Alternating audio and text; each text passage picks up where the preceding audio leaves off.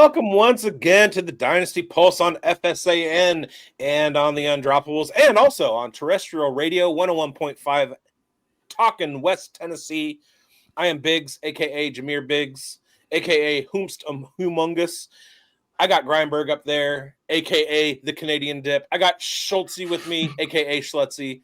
And I got Coach Retzlaff, a.k.a. Coach. It's been a long week, but we're rejuvenized. So lock in. We're about to wild out and hammer down to get you bricked up. And now, Grindberg with the news. All right, that was awesome intro there, Biggs. We're all bricked up for this episode because we are going to be breaking down some head-to-head face-off battles. But first, let's talk about the news and Brock Purdy's $265 million payday and who's going to be left to catch passes for him. Well, you know what? Mr. Irrelevant, he now signs that franchise cornerstone tag, and he just hit another milestone. That huge contract I mentioned, it raises, dynasty eyebrows, not just because of the investment in Purdy, but due to the unraveling around him. Deebo Samuel is gone. Brandon Ayuk's health is a major question mark headed into 2025. And suddenly, Jauan Jennings and Ricky Pearsall look like legitimate breakout candidates. Dynasty managers must now weigh whether the 49ers are quietly headed into the wide receiver reset or if Purdy's payday will elevate or limit the production of these pass catchers tied to him. Now, Biggs, with Purdy locked in through 2030, does his QB stability raise or cap the long-term upside of the 49ers wideouts in an offense known for spreading the ball out? I think it can only raise the long-term upside of the 49ers wideouts. And I noticed that you mentioned Jauan Jennings. You mentioned Ricky Pearsall. Who you did not mention were Jacob Cowing and rookie Jordan Watkins. Both of those guys are supremely talented and very, very much under the radar. If I'm in a dynasty league, I'm looking to add both of those to any taxi squad room that I have, any deep bench that I have. One thing that we know about Purdy since 2022, he is 6th in fantasy points per drop back. And according to Ryan Heath at Fantasy Points, that is one of the stickiest stats that you can have at the quarterback position. As long as Brock Purdy is tied to Kyle Shanahan and barring catastrophe in the next 5 years, that looks like it's going to be a match for the length of Purdy's contract. I think that you have to love Purdy's efficiency, and you have to love the fact that it's a Kyle Shanahan scheme. There might be some suppression in terms of fantasy points per game for wide receivers simply because Kittle's in the building, Christian McCaffrey's coming back. They do like to throw the ball all over the yard. So I don't think you're going to find 140 or 150 target monster in the 49ers offense anytime soon. But with lots of spread open offenses, lots of room to run on the field, and a commitment to wide receivers that are high at yak yards after the catch, I think you can see some pretty efficient fantasy points per touch from all of the 49ers wide receivers. Hey, I'm with you there, Biggs. For me, it's more so the next 2 seasons with the chance and potential for the duration of the entirety of the contract. It's fragile day to day. Anything can happen. You have injuries, simply poor play can happen. And then, of course, change of coaching staffs and GMs. The 49ers, though, weapons-wise, you kind of spoke to it, but I'm going to kind of point out for it, Biggs, they're more of a dressed-up version of the Green Bay Packers as far as it's very difficult to find who's going to be the main target. We have ideas of who we want. But remember Matthew Berry with whack-a-mole. The Packers are like that on a weekly basis. And heading into the 2025 season, we can see that for the 49ers. Kittle and CMC, outright winners.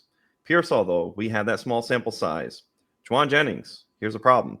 Everybody has a way of loving him, but he has a way of finishing as receiver 10, and then 53, and then 27. It's very inconsistent.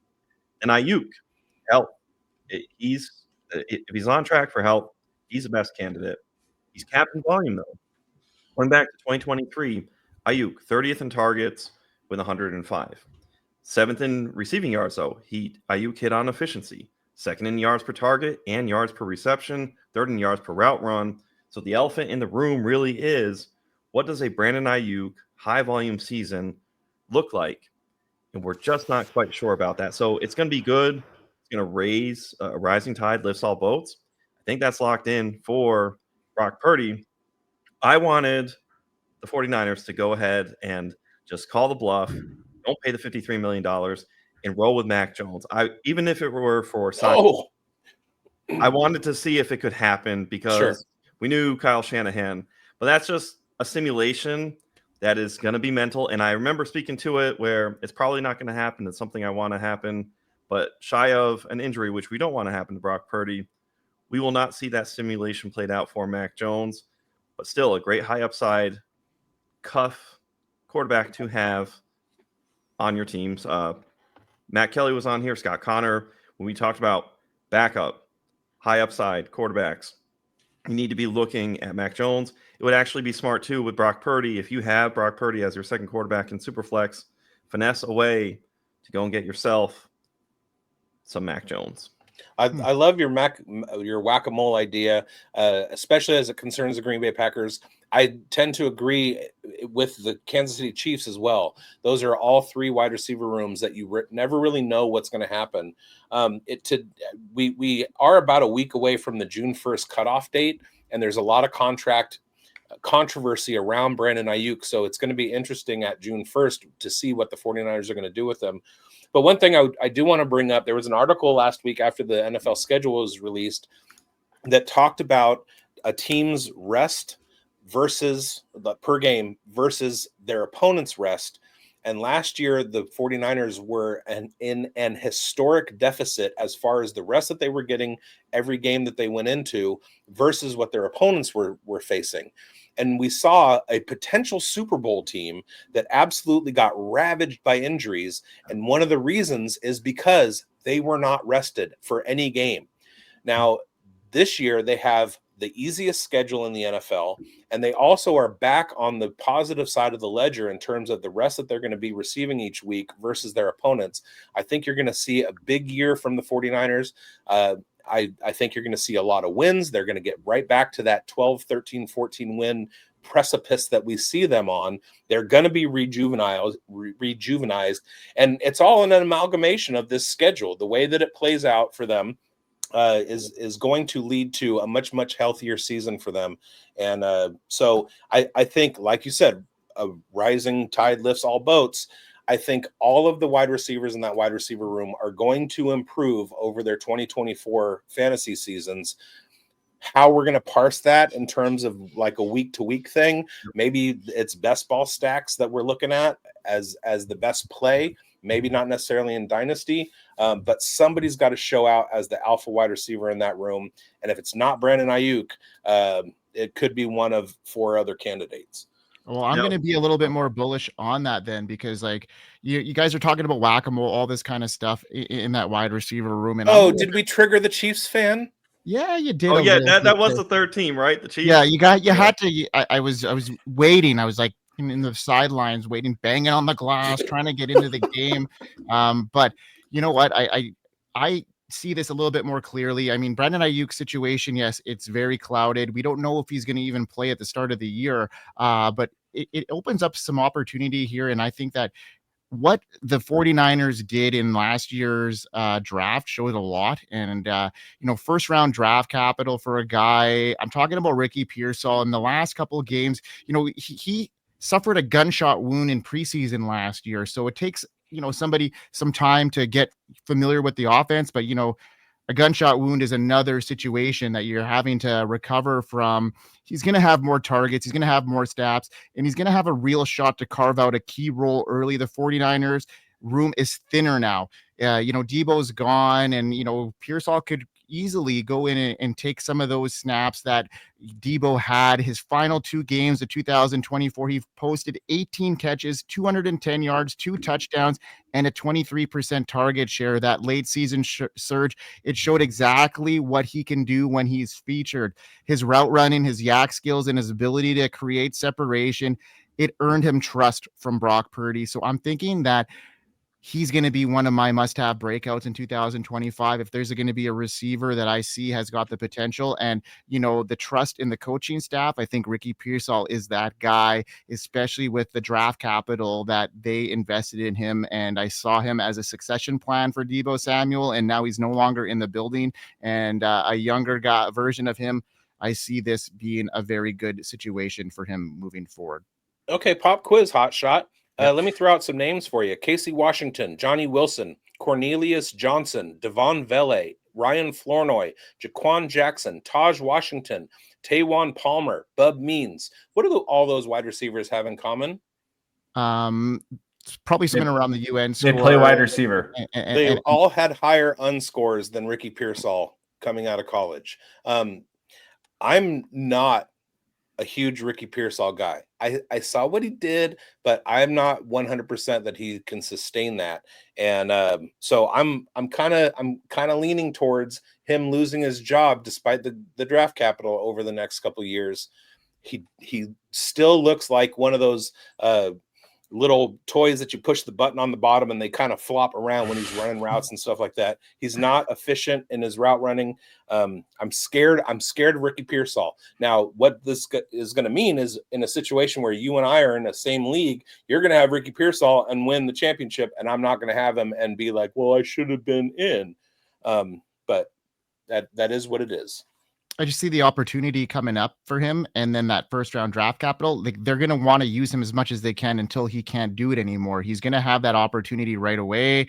And especially with Ayuk, probably being out at least 3 or 4 weeks, I'd say, the reports coming out of camp saying that he's progressing well, but that's hearsay at this stage. And, he suffered a major injury at the end of last year. So I can't see him playing. And then, like you mentioned as well, like that June 1st is creeping up. He may not even be a 49er if that happens. They obviously have some, strength in what they're seeing here in their wide receiver group if they can move on from Ayuk. And obviously, they didn't add to their running back room either. Really, Jordan James is not somebody that I'm really touting about. And there's a lot of. He only outplayed Bucky Irving at Oregon.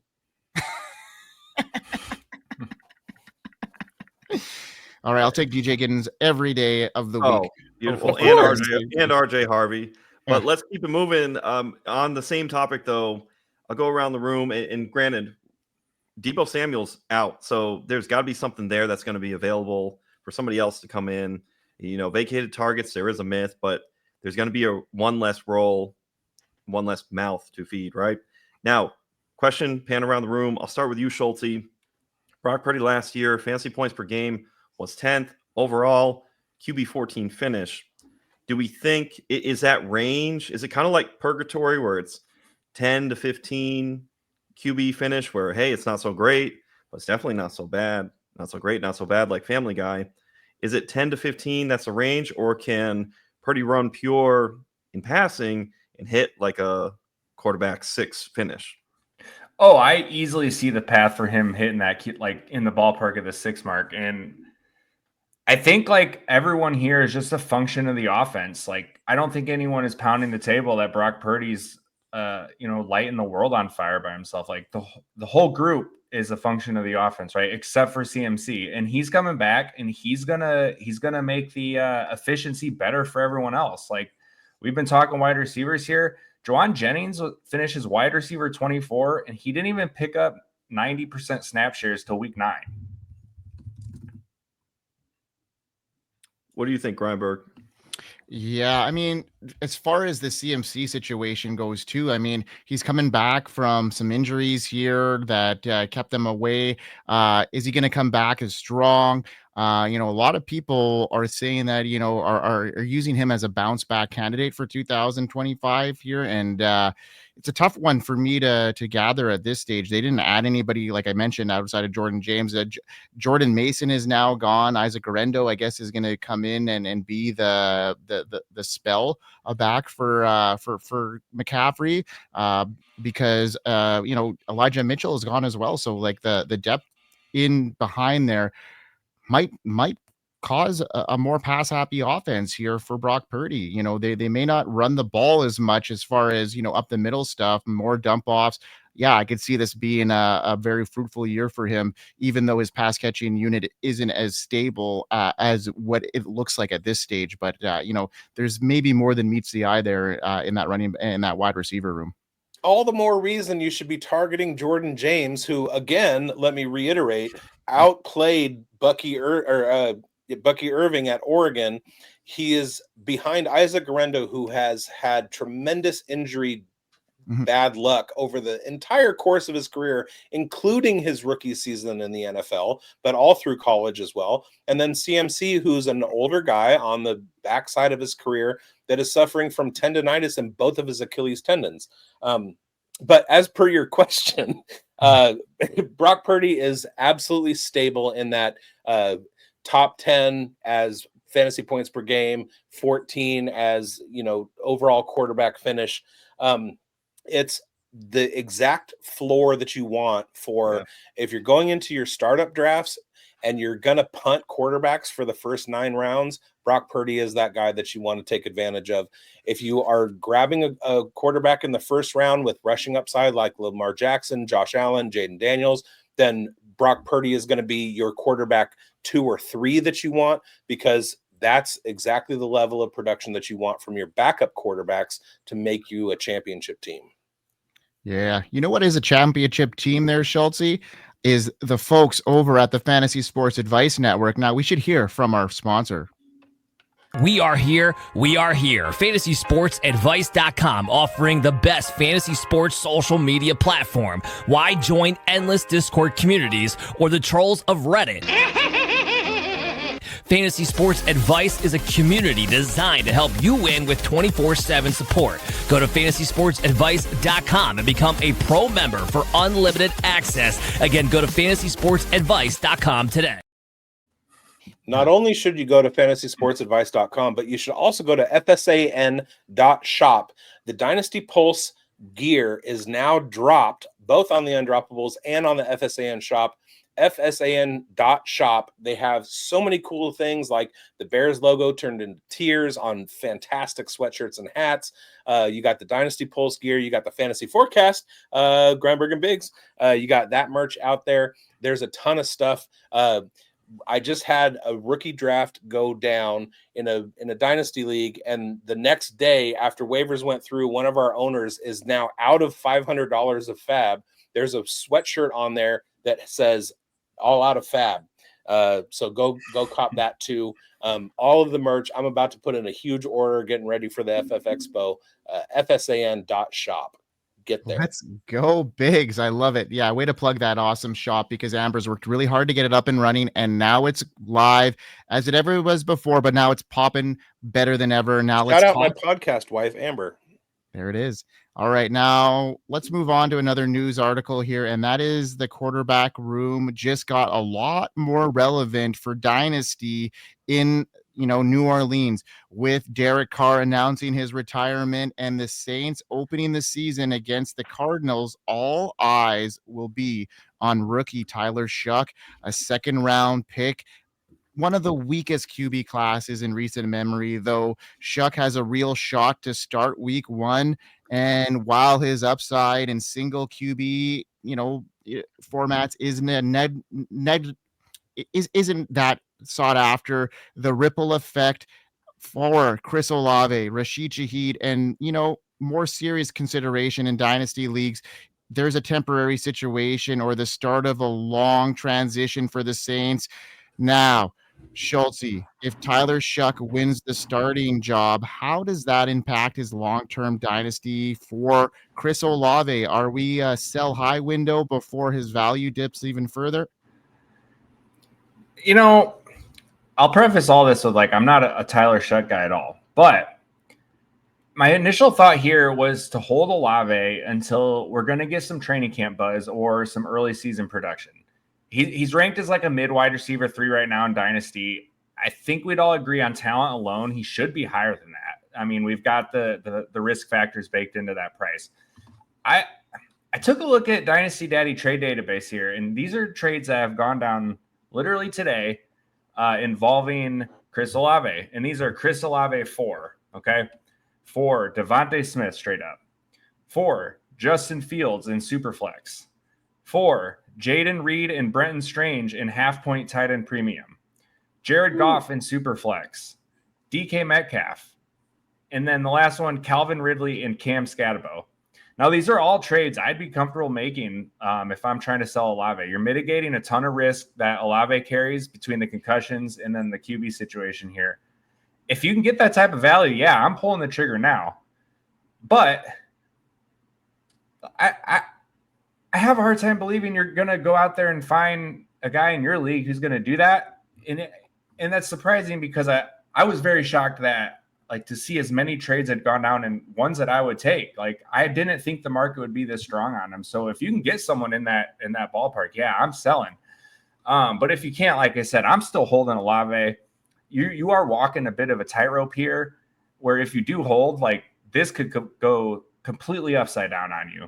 So I don't blame anyone for anything they do with him. But like I said, if you can't get the value now, I'm holding. There's going to be training camp buzz around the connection with Tyler Shough from aggregator accounts, from beat writers. It happens with every team. And then you're going to be able to ride that wave, right? And looking a little further ahead, I bet you Shough gets a lot of run in the preseason, and he's going to take advantage of some backups and dudes who aren't going to be in the league. And that's going to inflate the value of Shough, which will inflate the value of Olave. And then if you can't get past there, I'm looking to sell Olave before week 6. I don't want him totally long-term. I would be looking to move him, but like I said, my initial thought was not to be moving him right now, but the proof's in the pudding. Apparently you can get some good value. And if you can get a trade similar to what I was seeing on Dynasty Eddy, then yes, I'm doing it now. If you can't get that value, I'm going to hold for a little bit. So for Hard me, disagree. I'm on the right other side of the train here. And if you would have been privy to the fantasy forecast this week, I had Chris Olave as one of my bounce back candidates. And there's a lot of reasons why I think that this could happen. Yeah, those injuries, that concussion definitely raises a lot of red flags for me. But, you can't discount what he did in 2023, 87 catches, 1,100 yards, 5 touchdowns. His quarterback situation was similar. It wasn't great, but now you got to bring in Kellen Moore, who's had the success with wide receivers. He's helped elevate guys like AJ Brown and, Keenan Allen, CeeDee Lamb. He's shown the ability to maximize wide receiver talent in the system. A rookie quarterback, I think, is going to be in a high volume passing situation. There's an aging Alvin Kamara. Yes, we know their running back room. They got a couple younger guys in Kendre Miller and Devin Neal, but, they don't pose a huge threat to me. So it's going to be Alvin Kamara, leading the route here. And it's going to be, an aging running back that, I think he's going to have some success. I think he's a great value right now where I see his ADP, but I just don't think he's that perennial RB1 guy that you could rely on to carry the load when the games are tight. And I don't think there's going to be a whole lot of tight games. So they're going to be in a very high passing volume this year. And as long as, Olave can stay healthy, he's got that elite profile, he's got the size, he's got great separation tools, and I think he can get downfield really easy. And I think that he's going to be a really good safety blanket for his young quarterback, because I'm thinking that Tyler Shough is going to get that opportunity right away out of the gate there, Schulte. That's why I think. Yeah, and like I said, I preface it with I don't believe in Tyler Shough at all. So there is a little bit of bias into that answer. But my one rebuttal here is you named those 3 receivers in AJ Brown, Keenan Allen, and CeeDee Lamb. Now go ahead and name their quarterbacks. Well, Dak Prescott. And then who did Keenan Allen have? Justin Herbert. And then who was the other guy I mentioned there? AJ Brown. AJ Brown was Jalen Hurts. So, right, but you also have Justin Herbert hurt, and Keenan Allen did fine with Easton Stick. You had AJ Brown with the Titans quarterback carousel. Yep. Right? Yeah, so that wasn't Kellen Moore, so that's not. No, I know, but what we're talking about with Olave is his talent level. Now, one of the things that I've kind of dropped back on this season and doing my player evaluations is starting to discount injuries. There are so many injuries throughout the NFL all season long, and we tend to kind of like overreact to them. Oh my God, this guy got hurt, and I spent so much draft capital on him, whatever. I made this trade for him, and he got hurt. Everybody gets hurt in the NFL. Everybody. So what happens is you have a guy that gets hurt and typically will come back the next year, play a full season, then may get hurt again. I cannot use injuries in my evaluations anymore, because if I was doing that, I would be looking at just about everybody across the board, except for, say, Jacoby Myers, and being like, well, they have up and down seasons, etc. Chris Olave had a catastrophic injury last year, but we know Chris Olave's talent level, and we know that he's quarterback proof. It doesn't matter who's throwing him the ball. He's going to be the crux of the New Orleans Saints offense. And you have to take his value. If you don't own Chris Olave, now is the perfect time to go buy, because over the next few years, what you're going to see is the New Orleans Saints capitalizing on their bad draft position and bringing in a franchise quarterback. That's not necessarily in 2025 with Tyler Shough or Spencer Rattler or whoever wins that job coming out of camp. But over the next couple of years, they're heavily invested in Chris Olave. They're going to give him the 5th-year contract. They're going to keep going with Chris Olave. He is supremely talented, and we've known that for a long time. Now, this season, 2025, if you are a contender and you have Chris Olave as an asset, and you can go out and Cam Scatterbo wins the starting job and you can improve your team, then yes, it's an asset worth moving, because you're going to be able to capitalize down the road. The problem is when we're talking about an expiring asset, which Chris Olave is not, you don't want to make that move. You want to keep the Olave and get rid of your expiring assets. So if you have a wide receiver who's in the 28, 29, 30-year-old range, maybe that's the guy that you go and get Chris Olave for, because of the production that's going to be coming in 2027, 2028, 2029. I think your injury point has merit. I will say I think it is a little bit different of a situation with a guy who's had 4 concussions in the last 3 years. Like, oh, shoot, fair. Yeah, I think that's a big one. Like, we've learned that concussions are no joke, and when you start stacking them, like, that's a problem. And I mean, one hit could end this guy's career at this point. Yeah, hopefully he doesn't have any more of those moon balls. But you know what? Like the concussion is definitely a concern, and that ended his season last year. So we'll have to monitor that. But I'm still on that caution side, and if I can get a good price for Olave, for sure, he's on my radar, and I think he's good for a bounce back for sure in a redraft this year. And for Dynasty, he's going to be a tough one. He's going to be a volatile guy, and he might be on the verge of a winning, a guy that you want to pick up later on in the year as a piece to help you win, because I think he's going to have a really good 2025 season.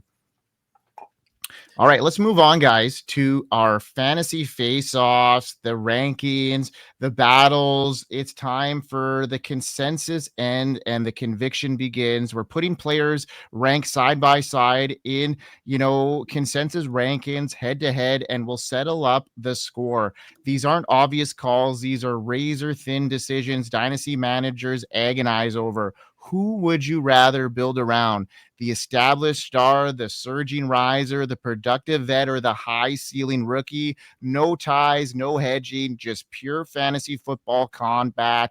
Let's get into the matchups and find out who really deserves the edge in the Dynasty squad. So our first battle tonight is going to be Patrick Mahomes versus CJ Stroud. And I did this on purpose because of the intake we had last week with Pat Fitzmaurice on the Mahomes train. So let's start it off. We're starting this face off with Mahomes versus Stroud, one of the proven Dynasty cornerstones with multiple rings and MVPs. The other is a rising star who's already flashed elite upside and still has something to prove, with both quarterbacks surrounded by new weapons and headed into a pivotal season. This debate is closer than you might think. So CJ Stroud, coach, had a breakout rookie year. We talked about that already. He's cooled off, though, in 2024. He showed us upside, volatility, and He's a young quarterback now with enticing new weapons like Jaden Higgins and Jalen Noel added to the mix. There's a ton of optimism about where the Texans offense is headed. On the flip side, we got Mahomes entering 2025 as arguably the best receiving core of his career, and the Chiefs defense lost some key pieces, which could shift more of the load onto the offense. So with both quarterbacks trending in different directions, what do you say here? Is it finally fair to say Stroud is ready to challenge Mahomes or the top dynasty spot, or do you think Mahomes is still asking to get burned? Man, excellent question. Just one last note. I don't think we're going to get a Bub Means breakout, so he's safe there. But this question is right on cue. Socratic method time. All the pieces are there. Stroud and his weapons. Can Stroud bump from QB 17 to QB 12? Yes. Can Patrick Mahomes go into throw mode with a depleted defense and push towards 5,000 yards? I don't see that, but I see 4,500 being back in the picture. When I did my disrespectful rankings of Patrick Mahomes at 18 a couple weeks ago, I took a look. I adjusted a few quarterbacks. Don't get me wrong. I'm still sour on Patrick Mahomes. Right now on Underdog, when he's getting a QB6, QB7 ranking, I'm not there. Sour.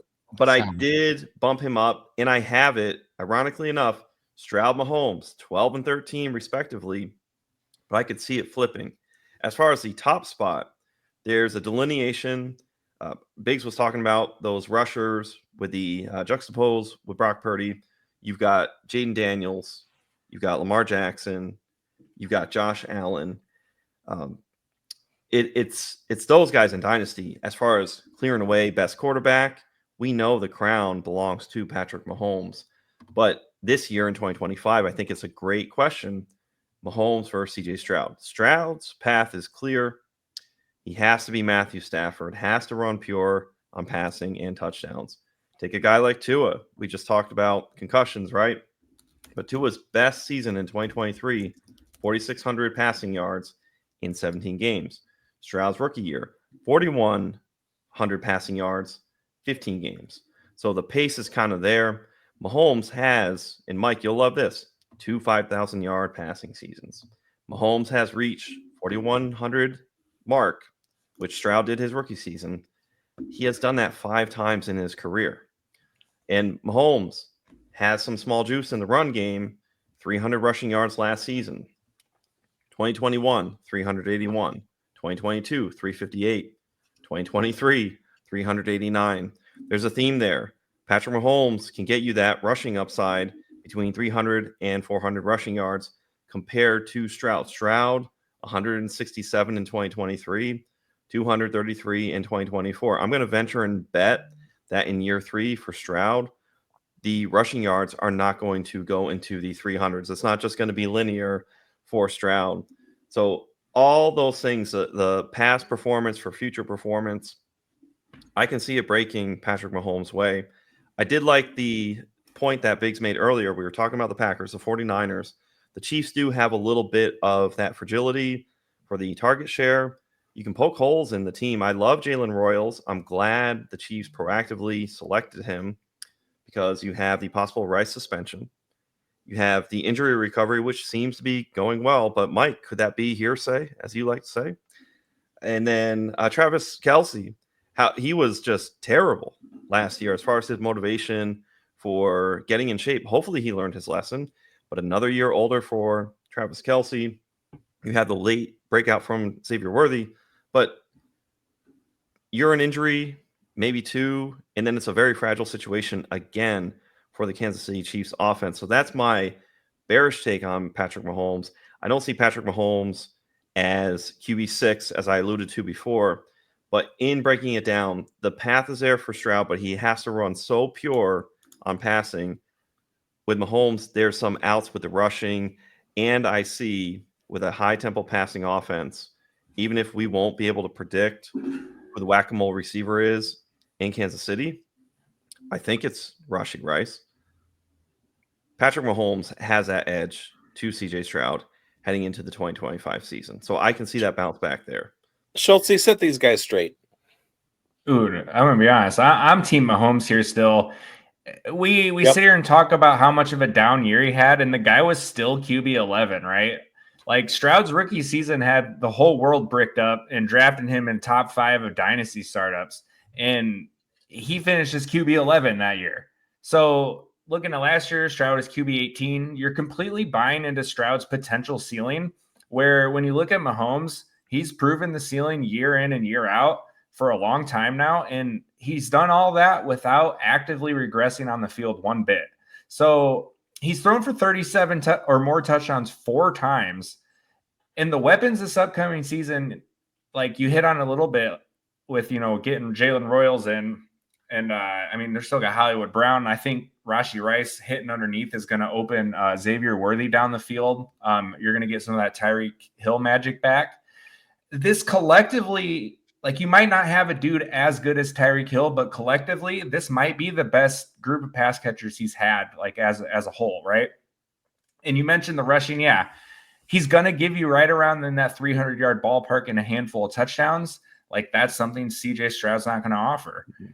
I do think Stroud's due for some improvement here. Like with the new offense, they brought in the Iowa State boys.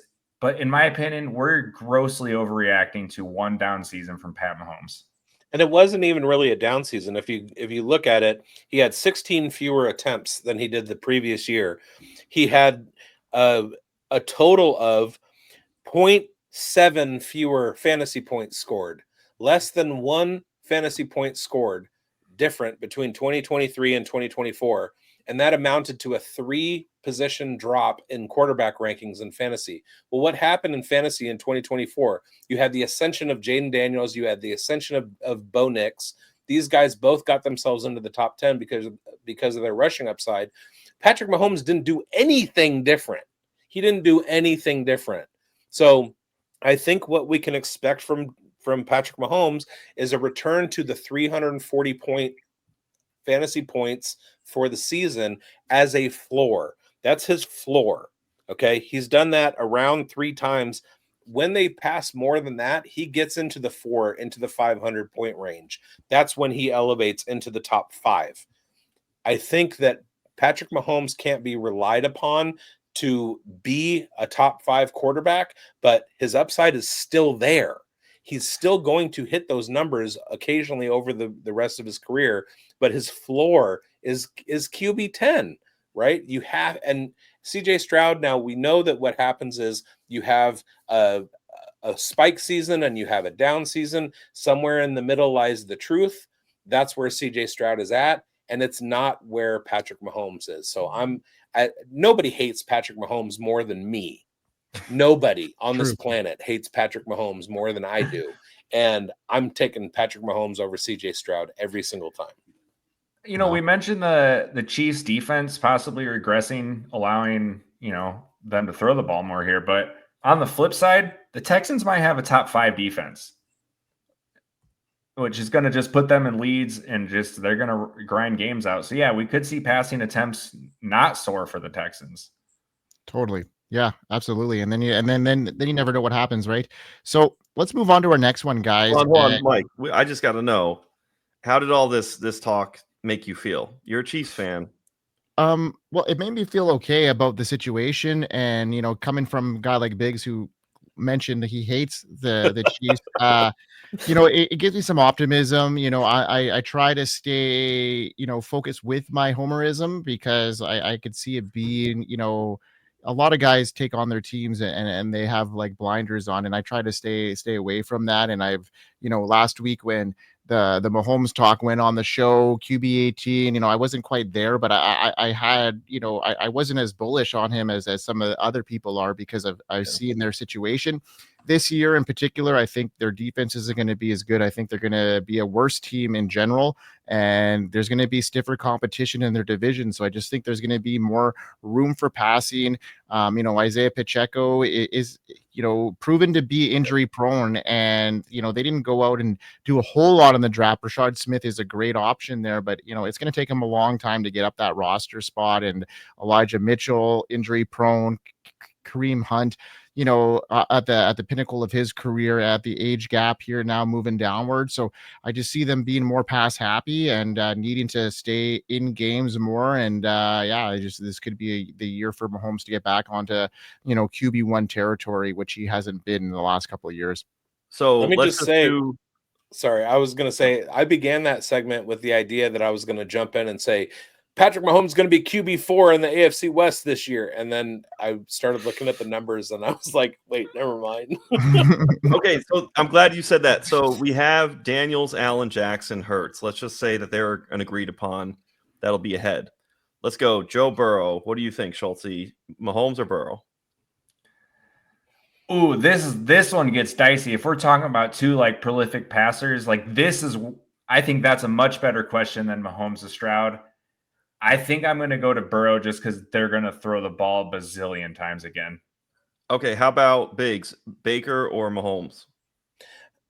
Again, Baker, simply because the number of passing attempts on the Chiefs' offense has dropped by like 150 over the last couple of seasons. Their offense is different than it was when Mahomes was QB1.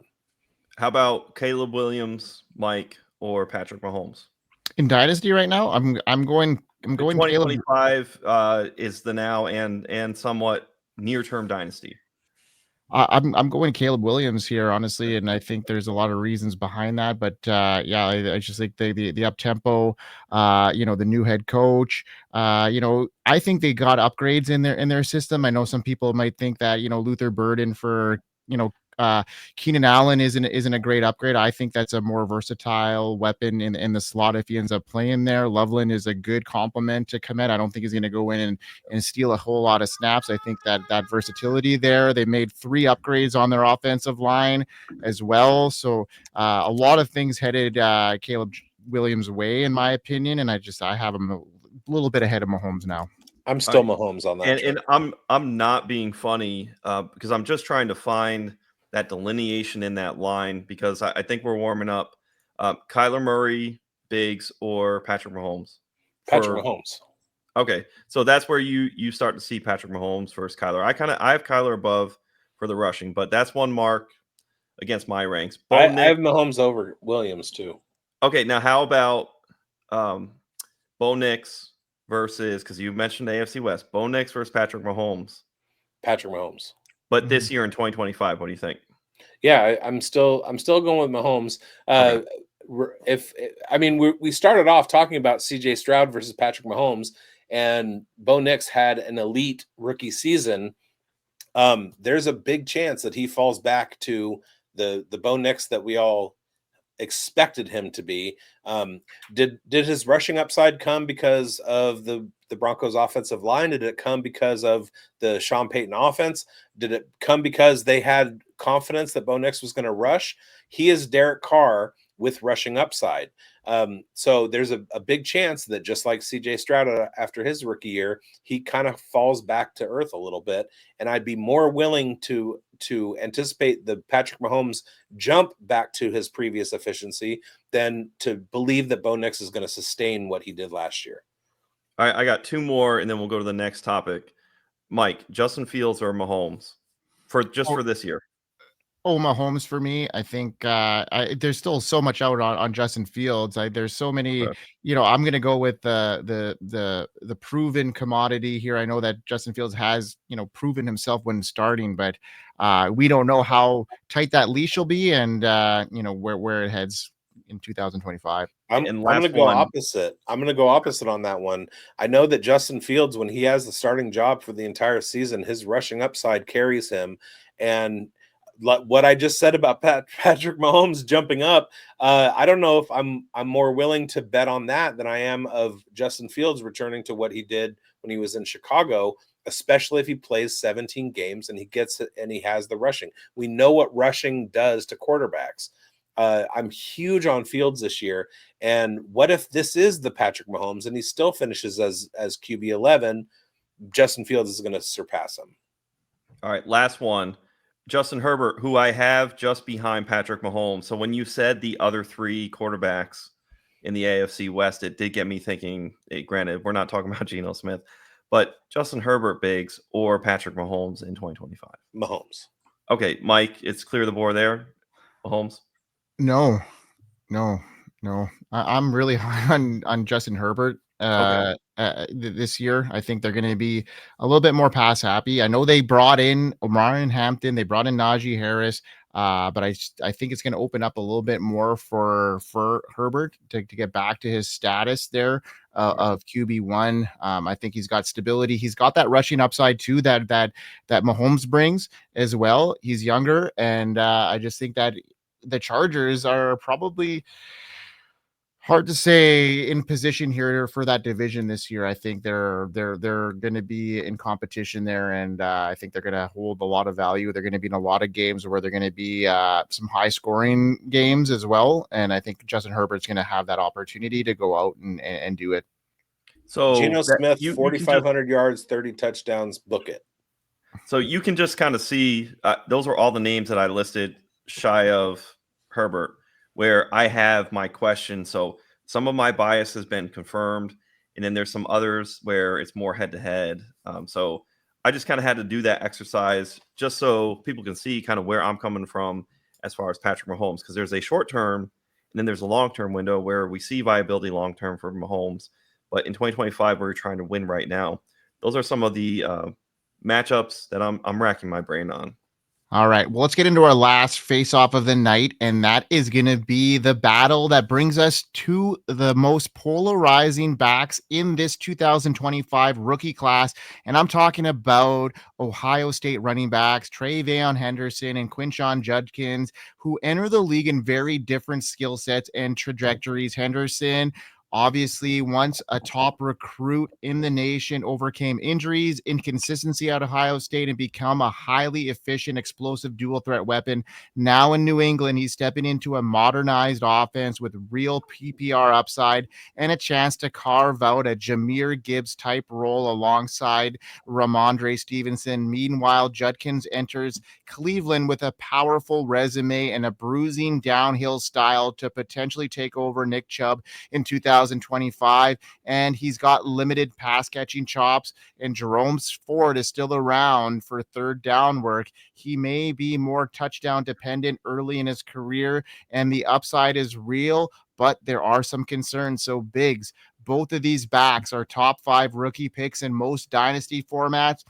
They're wildly different profiles. Henderson, that elite burst, receiving upside, and that Patriots offense, it looks like it's finally waking up, while Judkins could be the heir to Nick Chubb's throne and Cleveland's run-heavy scheme. So when you're building a dynasty roster for the long haul, are you chasing Henderson's explosive versatility or banking on Judkins' path to volume and goal line touches as the safer bet? I'm looking at TreVeyon Henderson. I absolutely love his upside. I love his receiving ability. I love his position in that New England offense. I hate Quinshon Judkins with the Cleveland Browns. Jerome Ford is I mean, he's not really a whole lot of competition for Quinshon Judkins, but they did bring in a couple of rookie running backs. I don't know what the Browns were thinking. They drafted 2 quarterbacks, 2 running backs, and a tight end. They already had running backs and tight ends at home. I don't know what they're thinking. I don't know if they're tanking. It doesn't look good for what they have going forward. I do like the trajectory that New England is on. I love Mike Vrabel and Josh. I love Mike Vrabel taking over at head coach. There's only one running back that's going to be challenging TreVeyon Henderson to take over that backfield, and that's Lane Larrison. But yeah, I really like TreVeyon Henderson a whole lot more than I like Quinshon Judkins in situation. Quinshon Judkins as a between the tackles running back, I think, is superior to TreVeyon Henderson. And I'm going to defer to Chip Kelly, who ran the Ohio State offense last year to a national championship, and that's kind of how he played it. But the thing is that TreVeyon Henderson, and we know this from 2023, he can run between the tackles also. So then you add the pass catching upside. Like you said, you comped him to Jahmyr Gibbs. I think he's more of a Travis Etienne, a peak Travis Etienne, than he is a peak Jahmyr Gibbs. but yeah, I'm taking TreVeyon Henderson.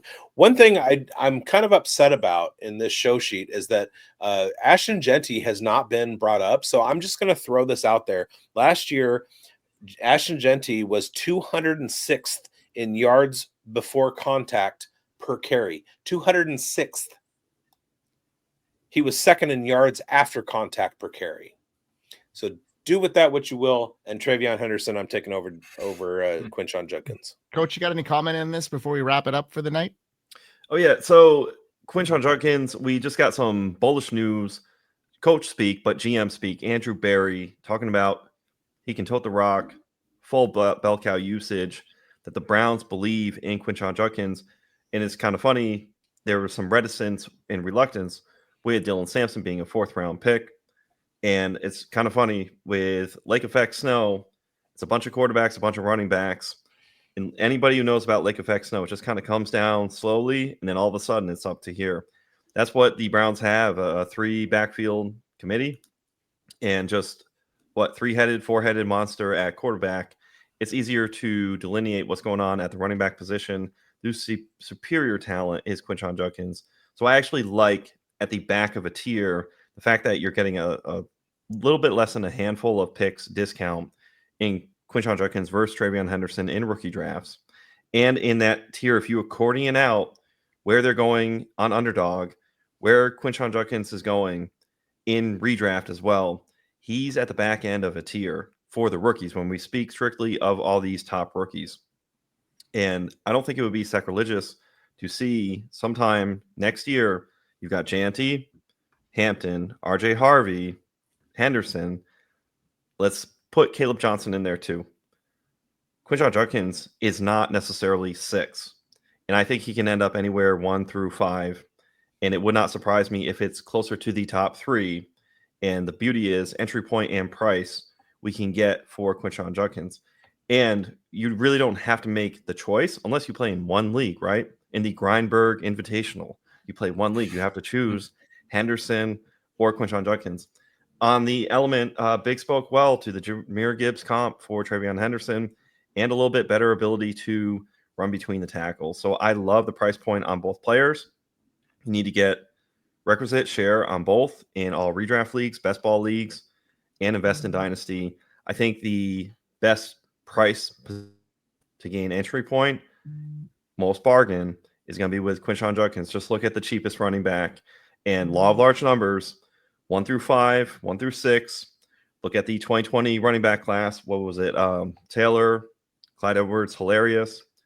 J.K. Dobbins, Cam Akers, and there's another running back I'm forgetting at the moment. But all 5 of those, Antonio Gibson, it was not linear for all of them. Everything didn't hit the way we wanted. There was injury. So we will have the unpredictable happen to this draft class. So do not be surprised. Long story short, Quinshon Judkins can absolutely fill up that top tier. I think by practice, you can make that exercise and get the cheapest one at the cheapest price, profit and benefit. I'm looking at a couple of like the most competitive expert leagues that I'm in. And in one of them, Henderson went 3rd and Quinshon 5th. The other one, Henderson was 6th and Quinshon 7th. So I don't know how much of a discount you're getting, unless you are like trading back because you're in the TreVeyon Henderson spot and you trade back, pick up another pick, and then grab Judkins. I'm totally okay with that. But I think their value is exactly like right there and going back and forth. Well, actually, Biggs, those 2 leagues, I'm in them, and I made those moves. So that's how I drafted. You're not in. I put it up. I love it. I love it. I love it. That is an awesome way to end the show. A great joke there, Coach. And let's end this, Biggs, like you always do so well. All right. Well, go to fsan.shop. Also go and play Drafters. It's a great best ball game. And I have a message from my partner, Rebecca. She says, hello to everyone from the wilds of Alaska. Check us out on FSAN, on the Undroppables, and on Talkin' West Tennessee 101.5. And we will see you next week. We hope you win. Hope you win. Peace out, everyone.